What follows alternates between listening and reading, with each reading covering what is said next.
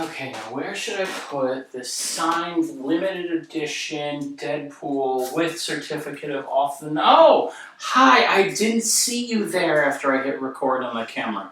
No, this bit is definitely not for me to show off this really cool, expensive, collectible, rare thing that I have in my collection. I would never do that in a video. Have I told you about my prototype carts for the NES?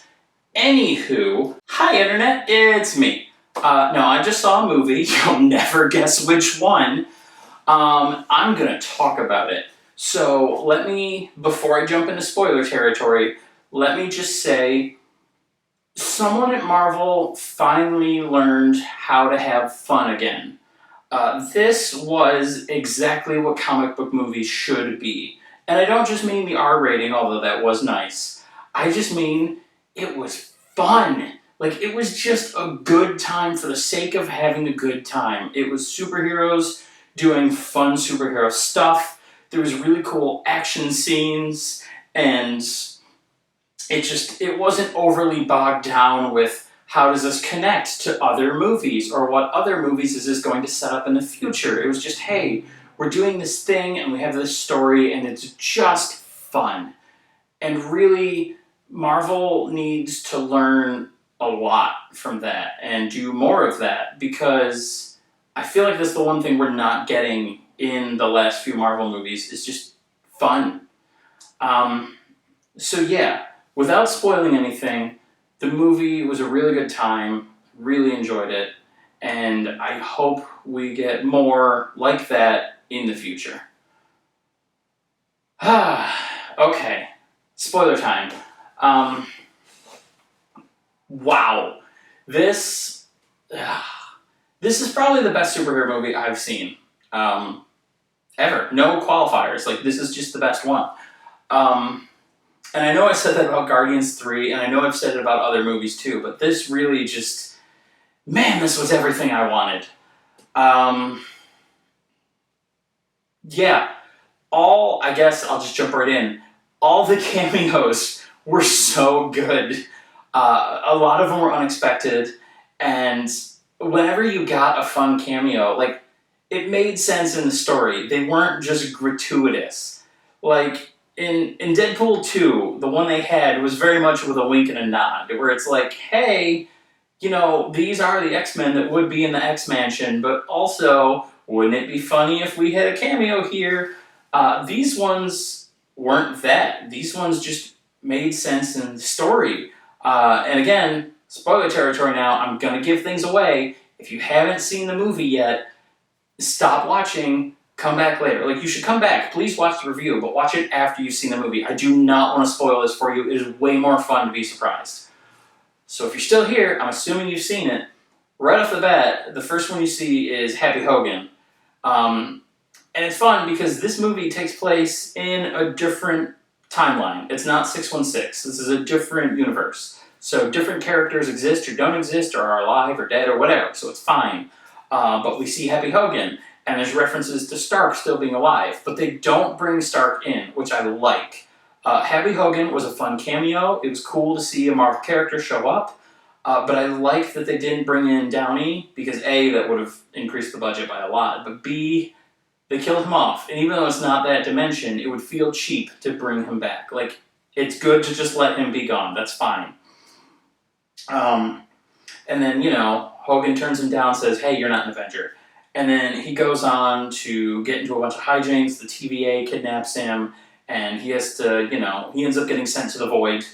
Let me backtrack. Before he goes to the Void, he's looking for a Wolverine to save his universe, because he goes and digs up Logan thinking that he will have regenerated, and spoiler alert, he does not regenerate. He is in fact dead. He then beats a bunch of TVA agents to death with Logan's adamantium skeleton, which is amazing. And then, we go universe hopping. We see a bunch of different Wolverines. A lot of people thought Daniel Radcliffe was going to show up as one of them. He did not. However, Henry Cavill did, which was fucking amazing. And of course, they called that out. Meta jokes constantly.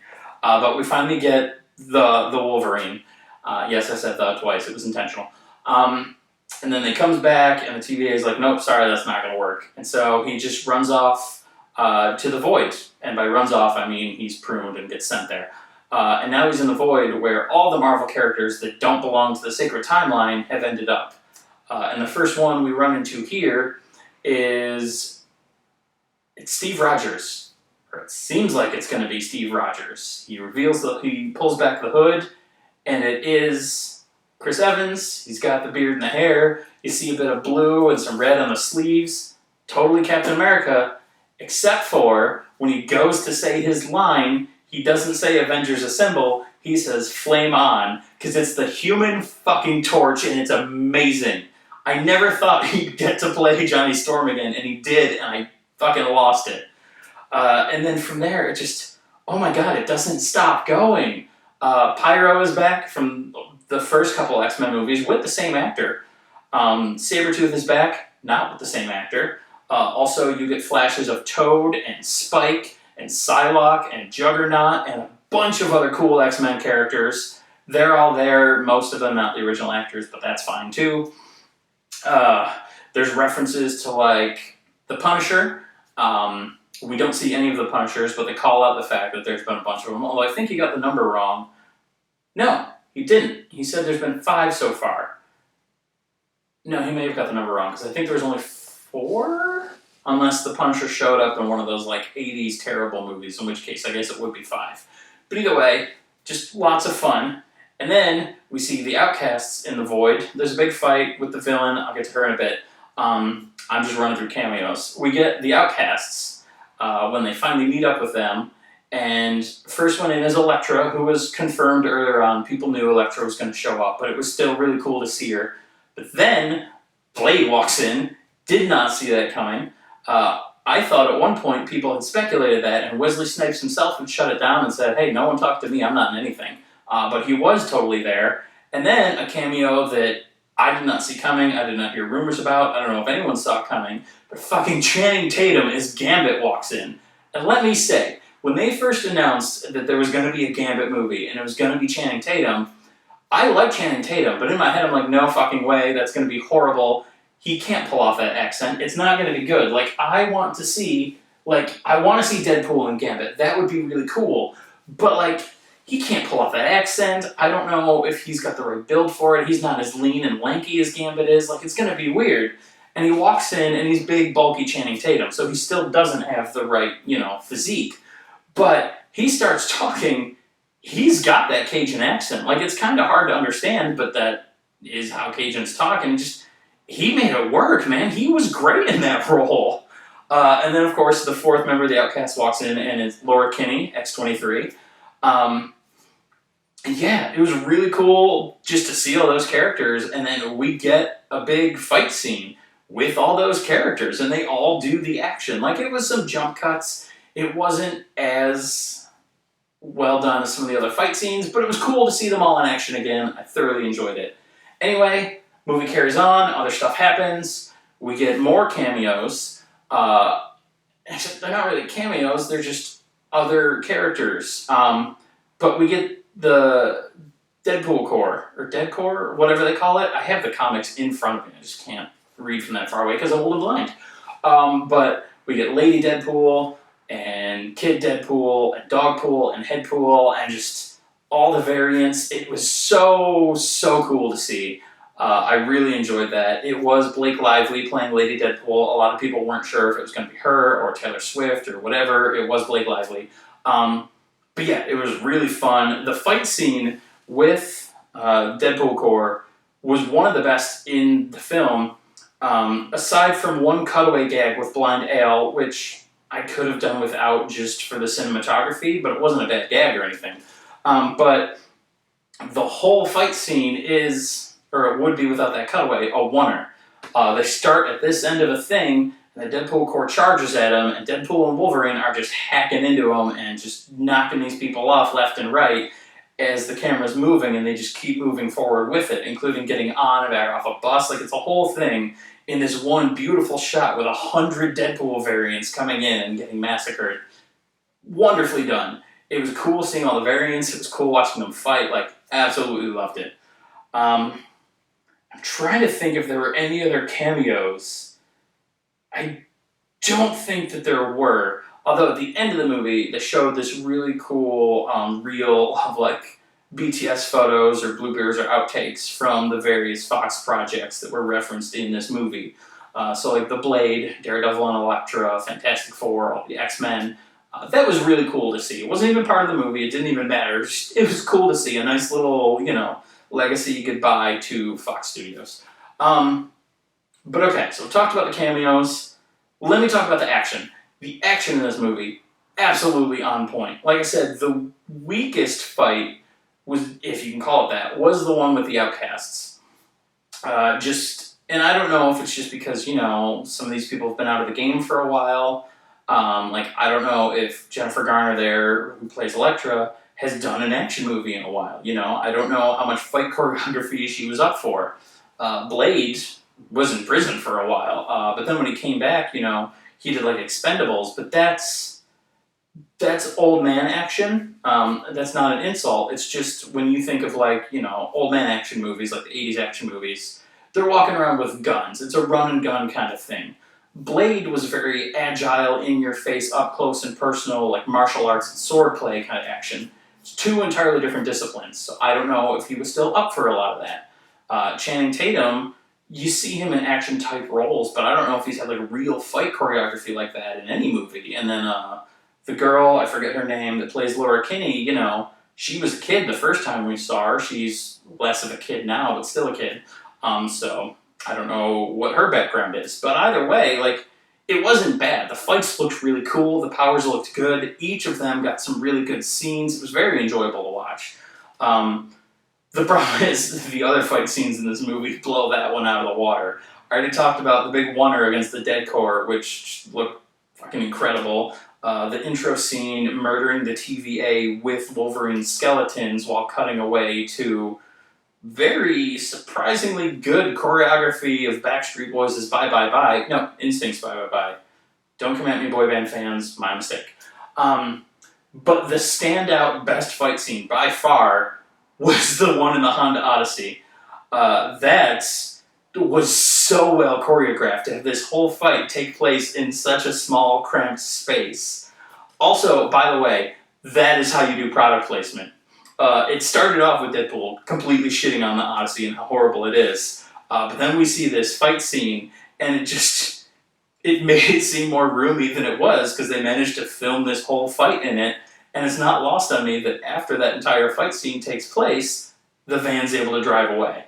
But yeah, that fight scene alone, I will go back and watch this movie in theaters just to see that fight again. It was so cool.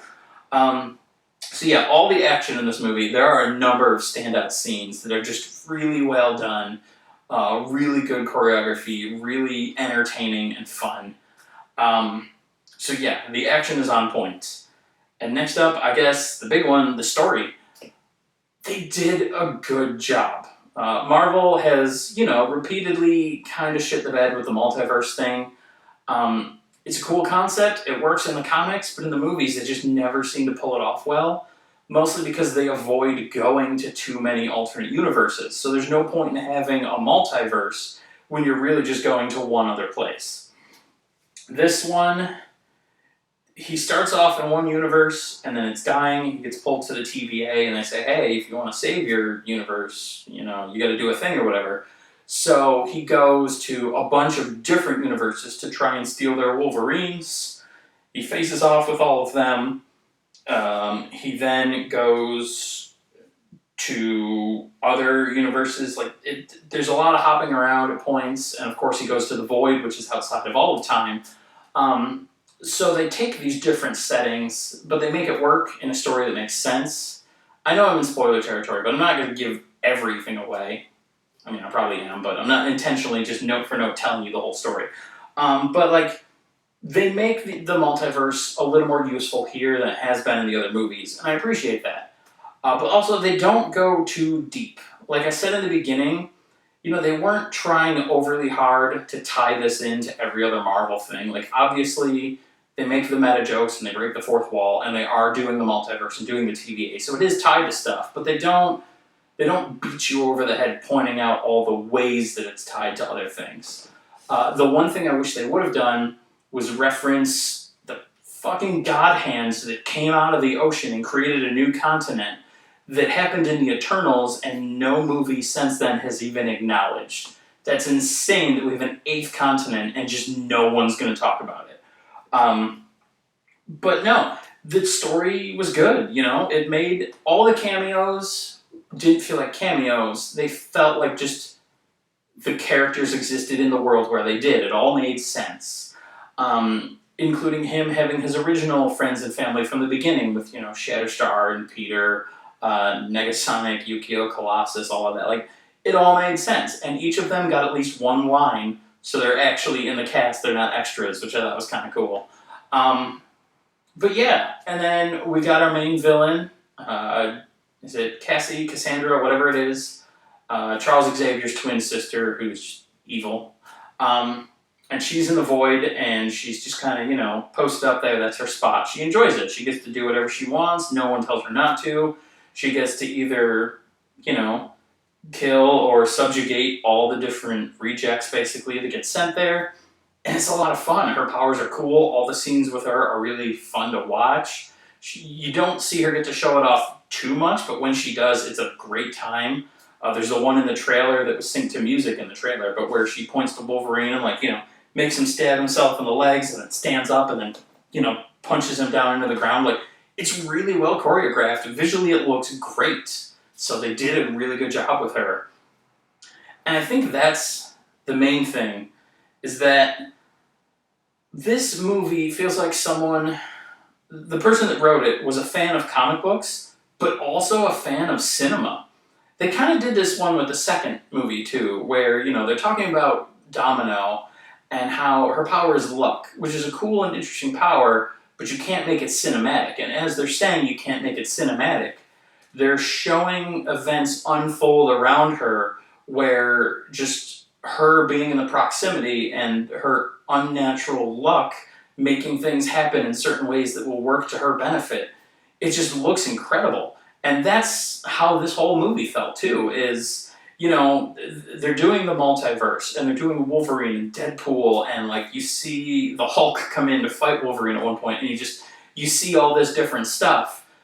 But it doesn't feel like it's out of place. It doesn't feel like fan service or forced.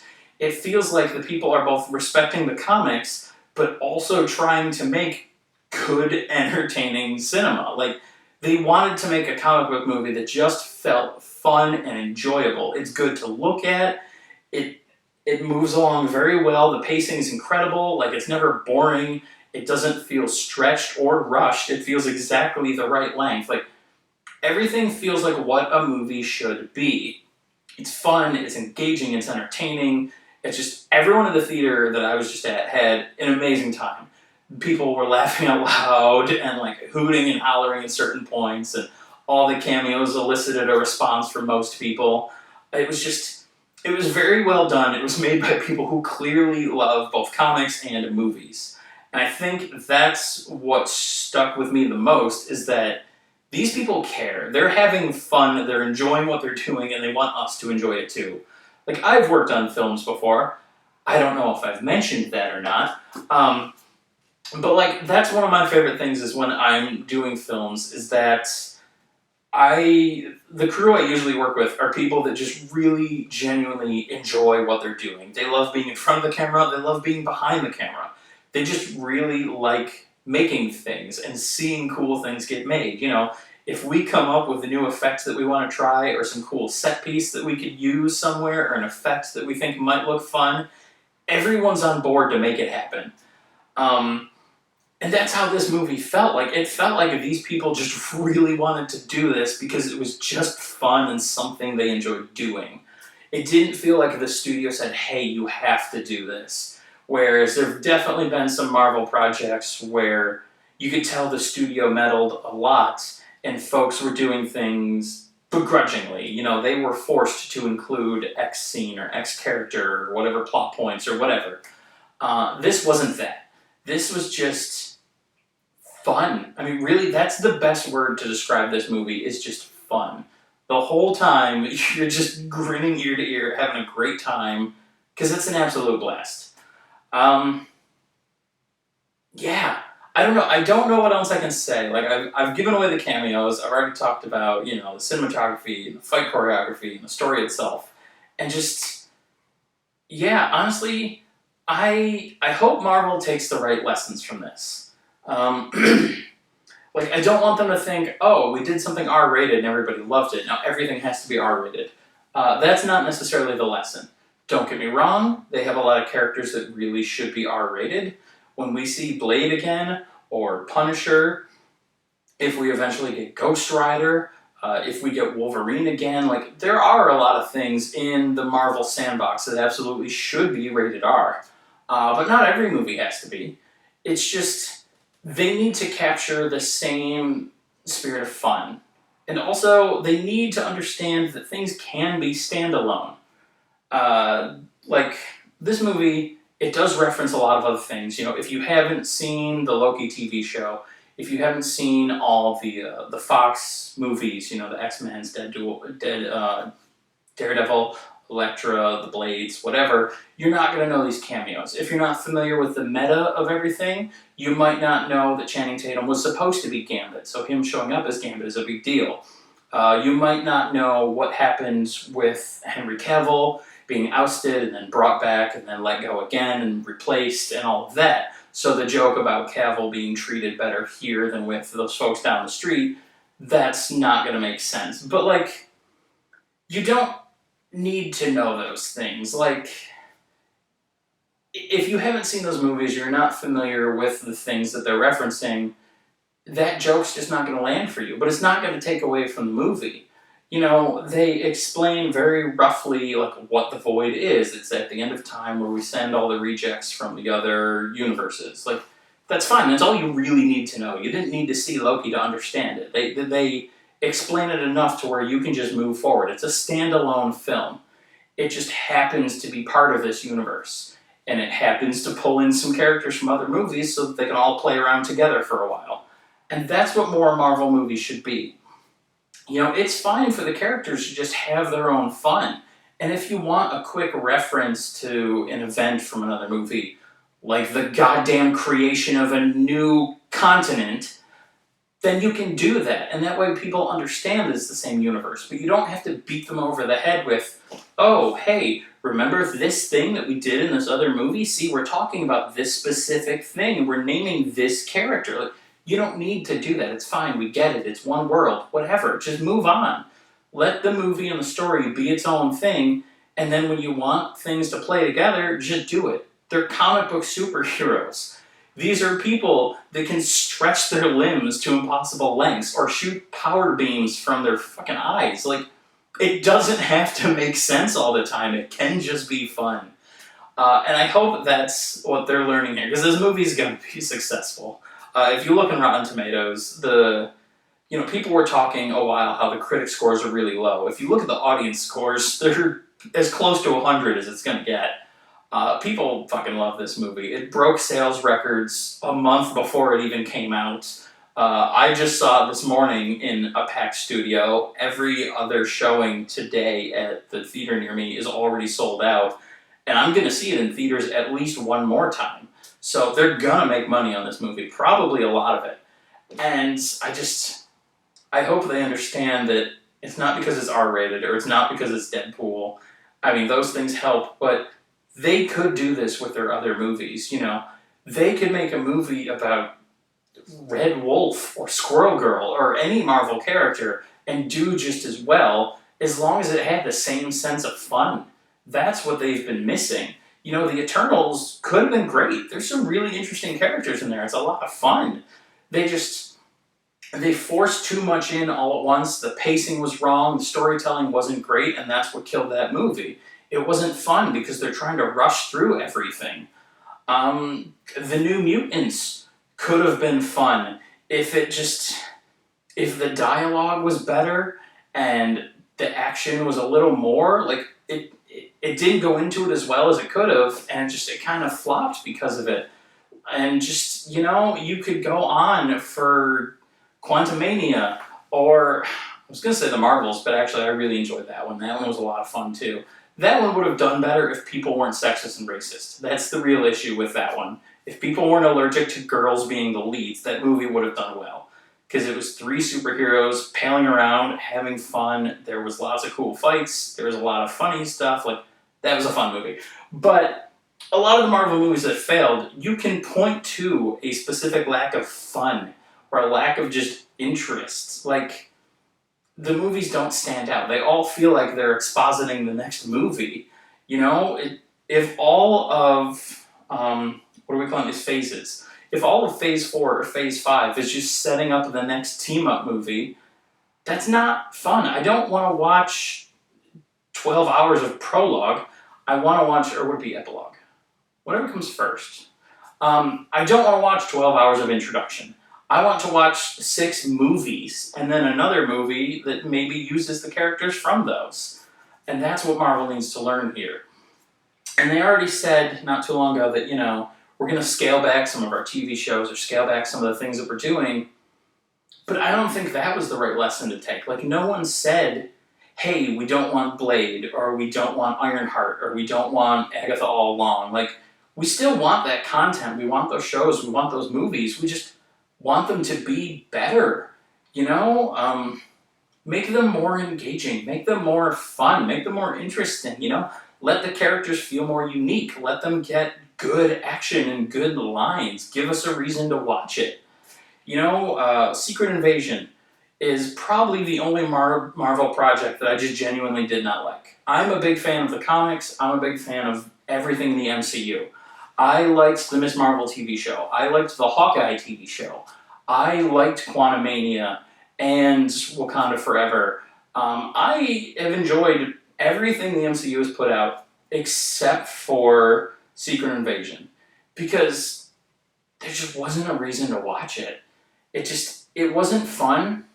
It felt like they were trying to do a spy thriller, but you already knew the characters were going to live, and you knew like what was going to happen after, because this took place before other content that we already knew was coming. And we knew what characters would be in it. So they couldn't really do anything major in this movie. It's why the only 2 characters they killed off, Maria Hill and Talos, are characters that really didn't matter much. So there were no stakes going in. There was no real mystery, which kills the spy thriller aspect of it. And the fight scenes, like, we barely got any. And then the one we got at the end was 2 shapeshifters with just poorly rendered CG. You know, when they put Drax's arms, complete with tattoos, because apparently tattoos are in your DNA, who knew? Like, his arm wasn't rendered the right size or scale for the girl's body, and it just looked really stupid. Like, it was very poorly done. And that was, unfortunately, the whole show. Like, everything in there just felt half-assed, you know? Everything was paced weird. There was a lot of really slow moments and just spots that felt like they were dragging. A lot of the characters seemed like they didn't even know what to do. Like, they were just on screen to be there. Most of them didn't feel story important. Yeah, I feel like that's the way they've been going with their content for a while, is they're focused on setting up the next thing and not on making this current thing be really entertaining. And so that's what I hope changes. And it could. Like I said, this movie was amazing. It's the best thing Marvel or any studio has put out as far as superheroes are concerned. Like, I would put it above, like, The Boys or Kick-Ass. Like, even the non-Marvel DC superhero stuff. Like, this is absolutely top tier. I love this.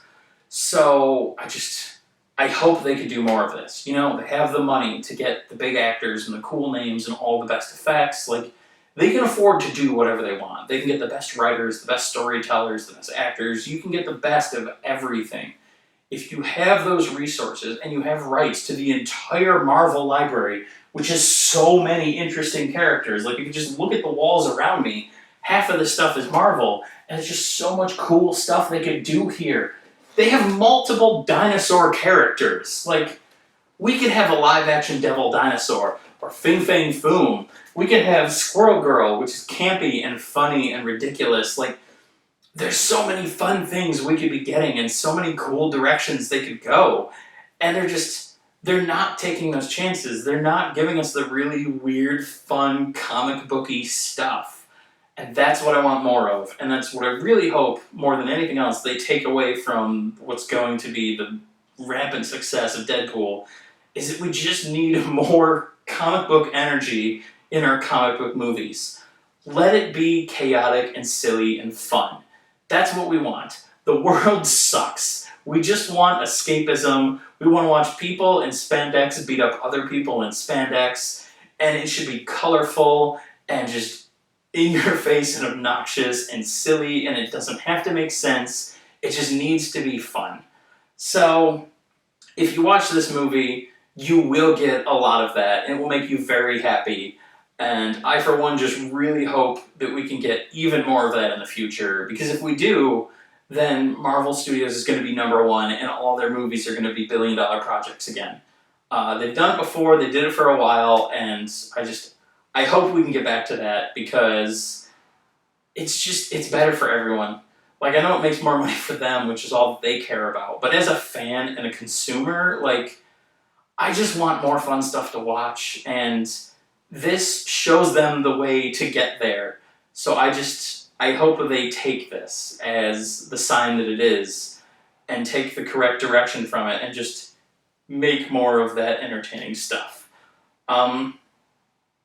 Yeah, I think that's all I have to say. In fact, that's more than I thought I had to say, but here we are. The movie was amazing, and if Marvel makes more of it, everyone is going to be living in just the best timeline, aside from literally everything else in the world, which is awful. Okay, I'm going to go watch Deadpool again to get rid of that depressive thought. Bye!